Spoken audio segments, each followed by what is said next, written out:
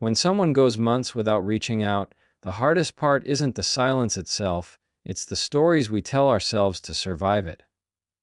We say maybe she's busy, maybe she's confused, maybe she needs time, maybe she'll come back when things calm down. But deep down, we already know the truth we're trying not to face. Silence that lasts weeks turns into months because it's being chosen, not because it's accidental. People don't forget to text for months. They don't lose access to their phone, their memory, or their emotions for that long. Silence at this level isn't confusion, it's clarity. In today's world, communication is effortless. A message takes seconds. A call takes courage, not time. When someone truly wants to reach out, they do it without overthinking. They don't wait for the perfect moment or the perfect words. They just show up. So when months pass and nothing comes, that absence carries meaning. It's not a pause, it's a statement. And the statement is often uncomfortable because it forces us to confront something we weren't ready to accept. Silence is often the safest way for someone to say what they no longer want to explain. Conversations take energy, explanations invite debate, closure invites resistance. But silence requires no defense.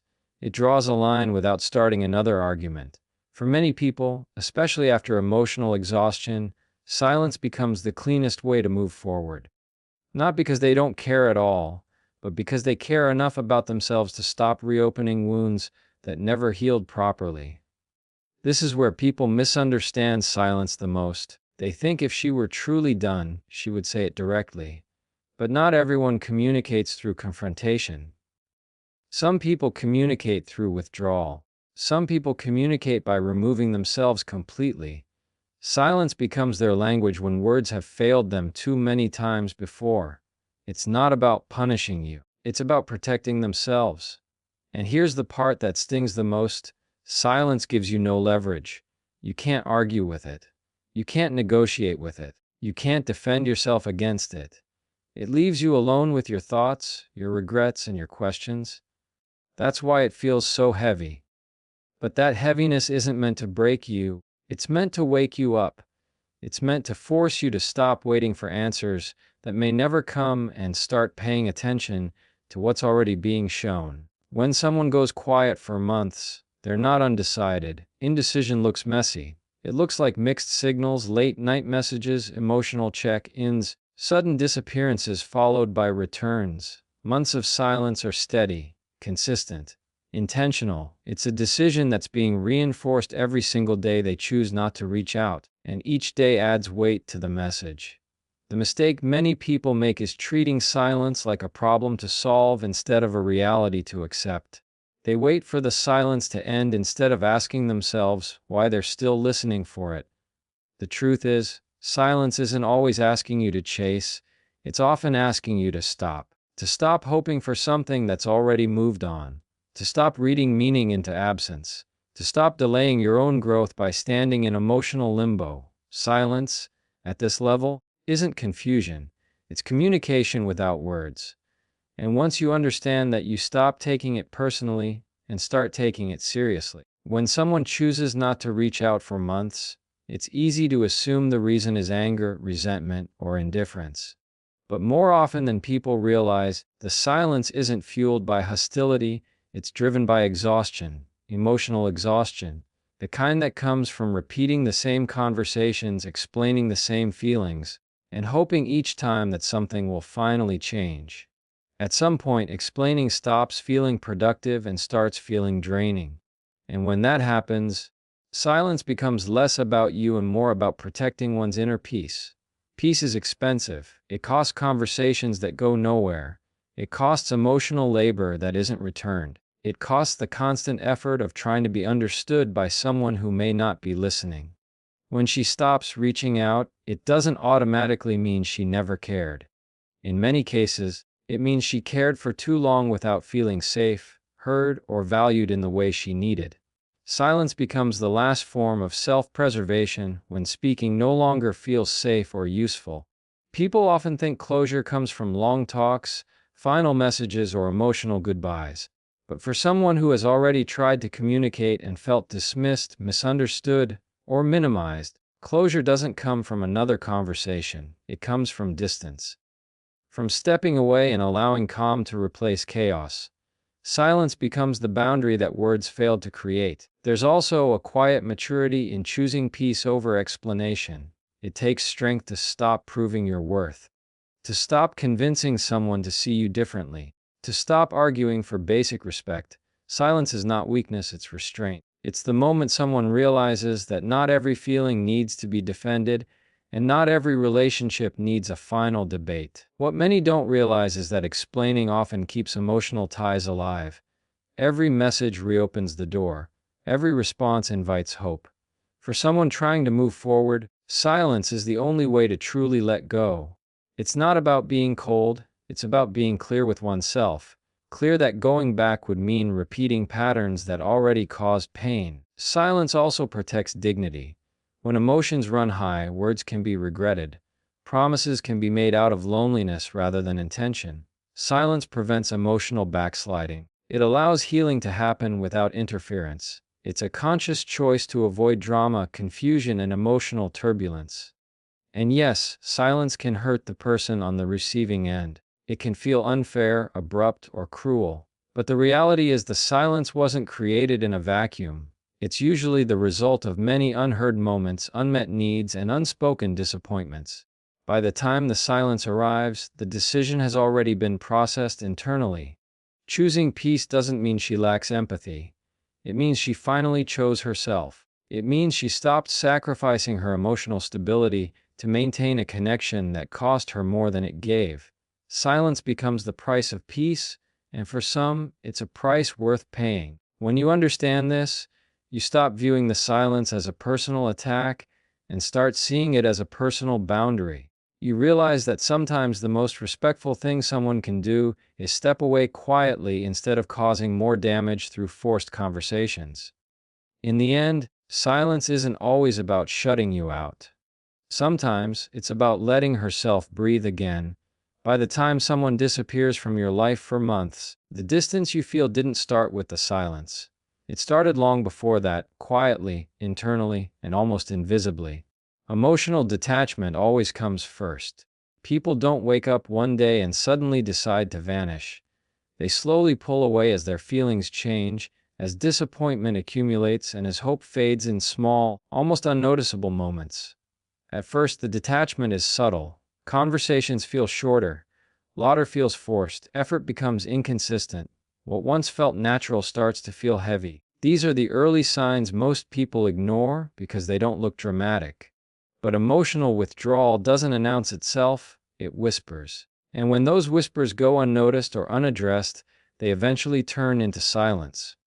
What makes emotional detachment so powerful is that it happens privately. While one person is still attached to the idea of us, the other is already processing the ending internally. They grieve quietly. They replay conversations. They question themselves. They reach emotional conclusions long before they ever physically leave. By the time they stop reaching out, they're not confused, they're resolved. This is why the silence feels so sudden to the person left behind. It seems abrupt because you're experiencing the ending in real time, while she experienced it gradually. She already mourned what could have been. She already accepted the version of reality where things didn't change. The physical distance you notice is simply the final step of an emotional journey that's already been completed. Emotional detachment is also a defense mechanism. When someone realizes their needs aren't being met, detaching becomes a way to reduce pain. Caring less hurts less, expecting less disappoints less. Over time, this emotional distance becomes protective. It allows someone to stay present without feeling vulnerable, until eventually even staying present feels unnecessary. Another reason emotional attachment comes first is because attachment requires hope. And hope dies quietly. It fades after repeated letdowns, unkept promises, and unmet expectations. Once hope is gone, connection loses its grip. At that point, silence isn't painful for the person who detached, it's relieving. It feels like alignment between their inner state and their outer behavior. People often assume that if someone still cares, they'll fight, argue, or demand change. But many people don't fight when they're losing faith, they retreat. They stop asking, They stop explaining, they stop trying to be understood. Emotional detachment isn't loud, it's calm. And that calmness is often mistaken for indifference when it's actually acceptance. This is also why reaching out after long silence rarely brings the result people expect. You're trying to revive something that already ended emotionally. You're asking someone to step back into feelings they've already let go of. That gap, between where you are emotionally and where she is, can feel impossible to bridge because it was created over time, not overnight. Understanding this shifts how you interpret the silence. It stops being a mystery and starts being a timeline where emotional distance led to physical distance, not the other way around. And once you see that, you stop chasing the silence and start reflecting on the moments when the detachment first began. Because the real ending didn't happen when she stopped reaching out, it happened when she stopped feeling.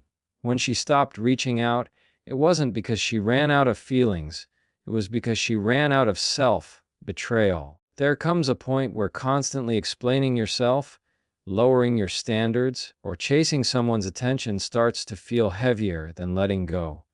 And when that realization hits, behavior changes, not loudly, not dramatically, but decisively. Silence in that moment becomes an act of self-respect. For a long time, many people confuse effort with love. They believe that trying harder will fix what's broken, that patience will eventually be rewarded, that sacrificing their needs will keep the connection alive. But self-respect begins the moment someone realizes that love should not require them to abandon themselves. When she stops chasing, it's not because she doesn't care, it's because she finally cares enough about herself. Self-respect doesn't announce itself with ultimatums. It doesn't beg for acknowledgement. It doesn't demand last conversations. It simply withdraws from situations that no longer feel aligned. Silence becomes the boundary that words failed to enforce. It's the quiet decision to stop participating in dynamics that cost more than they give. What makes this shift so powerful is that it's internal before it's visible. She doesn't wake up one day and suddenly go silent. She wakes up one day and realizes she's tired of explaining why she deserves consistency, honesty, or effort. She notices how much of herself she's been giving away just to maintain connection. And once that awareness settles in, continuing the same behavior feels impossible. This is why her silence feels different from before. Earlier silence might have been emotional, impulsive, or reactive.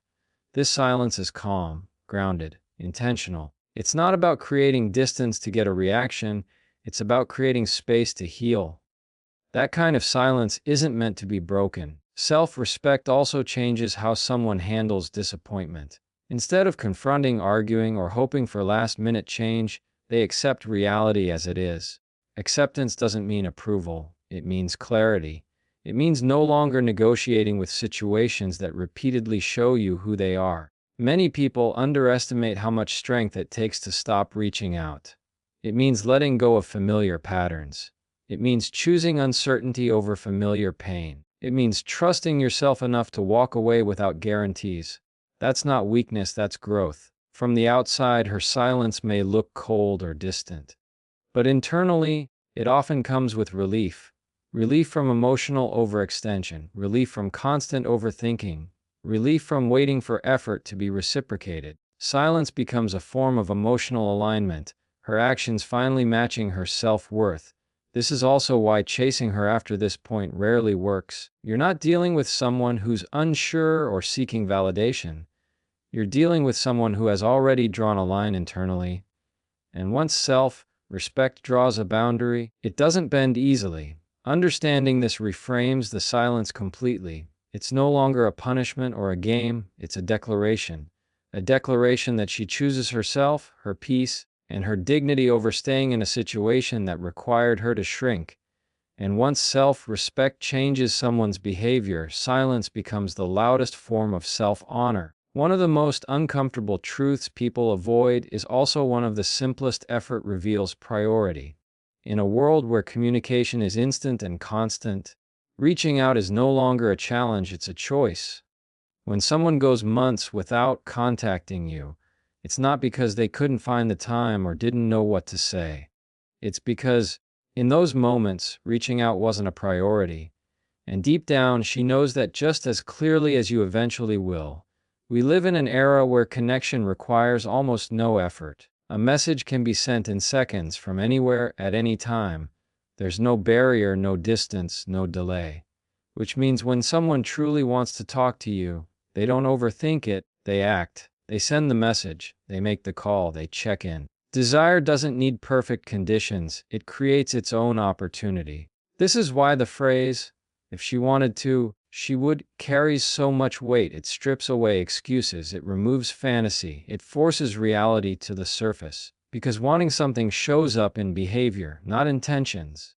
People make time for what matters to them. They prioritize what feels important.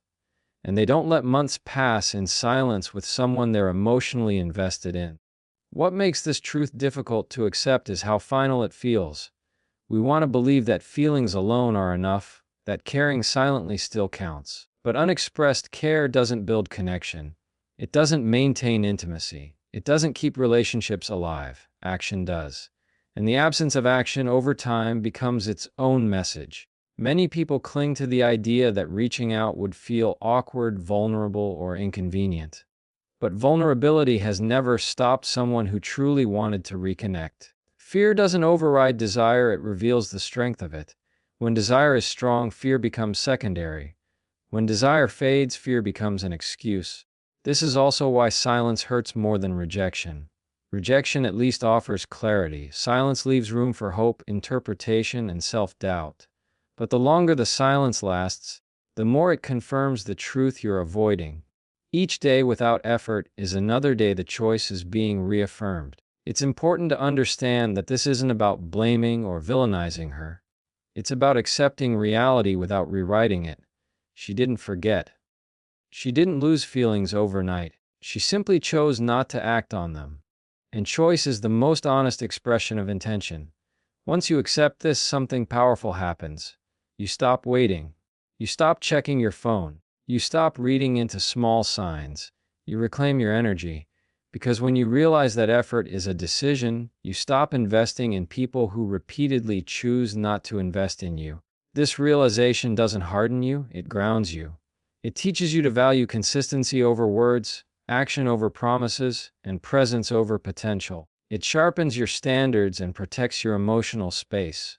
In the end, if she wanted to, she would, isn't meant to hurt you. It's meant to free you. To release you from the cycle of hoping someone will choose you when they've already shown you otherwise. And once you accept that truth, you stop waiting for effort and start demanding alignment. One of the hardest things to accept in any connection is that not every ending comes with an explanation. We grow up believing closure looks like a final conversation, an honest apology, or a clear goodbye. But real life doesn't always offer that comfort. Sometimes the ending arrives quietly, without permission, without answers, and without the emotional resolution we hoped for. And when someone goes silent for months, that silence itself often becomes the closure, whether we're ready for it or not. Silence forces a confrontation with reality, not with what we hoped would happen, but with what actually is. There's no discussion to analyze, no final words to interpret, just absence. And that absence feels cruel because it denies us the sense of control we crave. We want to understand, to fix, to resolve. Silence removes those options. It leaves us alone with acceptance. What makes silent closure so difficult is that it feels unfinished. Our minds keep searching for missing pieces, replaying moments, wondering what could have been said differently. But closure isn't about having all the answers. It's about reaching a point where you stop needing them. Silence pushes you toward that point, not gently, but effectively. For the person who chose silence, closure often happened long before the communication stopped. They processed the ending internally. They made peace with their decision privately.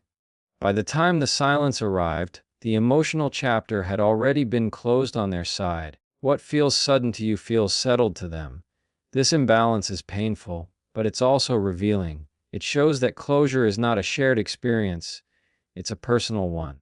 You don't receive closure from someone else, you create it for yourself. Silence strips away the illusion that someone else owes you healing. There's also a quiet lesson hidden inside silent endings. They teach you how to let go without validation, how to move forward without reassurance, how to trust your own understanding of events instead of waiting for confirmation. These lessons are uncomfortable, but they build emotional independence. Many people stay stuck because they refuse to accept silence as final. They keep waiting for a message that never comes, believing that closure is still pending. But the truth is, waiting doesn't bring clarity, it prolongs pain. Silence is not an open door. It's a closed chapter asking to be acknowledged. Accepting silence as closure doesn't mean approving of how things ended. It means respecting reality enough to stop fighting it. It means choosing healing over explanation, growth over answers, peace over prolonged hope. When you stop expecting closure from someone who has already moved on, you take your power back. You redirect your energy toward rebuilding yourself instead of reopening old wounds. You stop measuring your worth by someone else's willingness to explain. In many ways, silence forces the deepest kind of closure, the kind that comes from within. It pushes you to reflect, to learn, and to evolve without external guidance. It's uncomfortable, but it's transformative. The ending you didn't get becomes the lesson you needed. And once you accept silence as closure, you finally give yourself permission to move forward.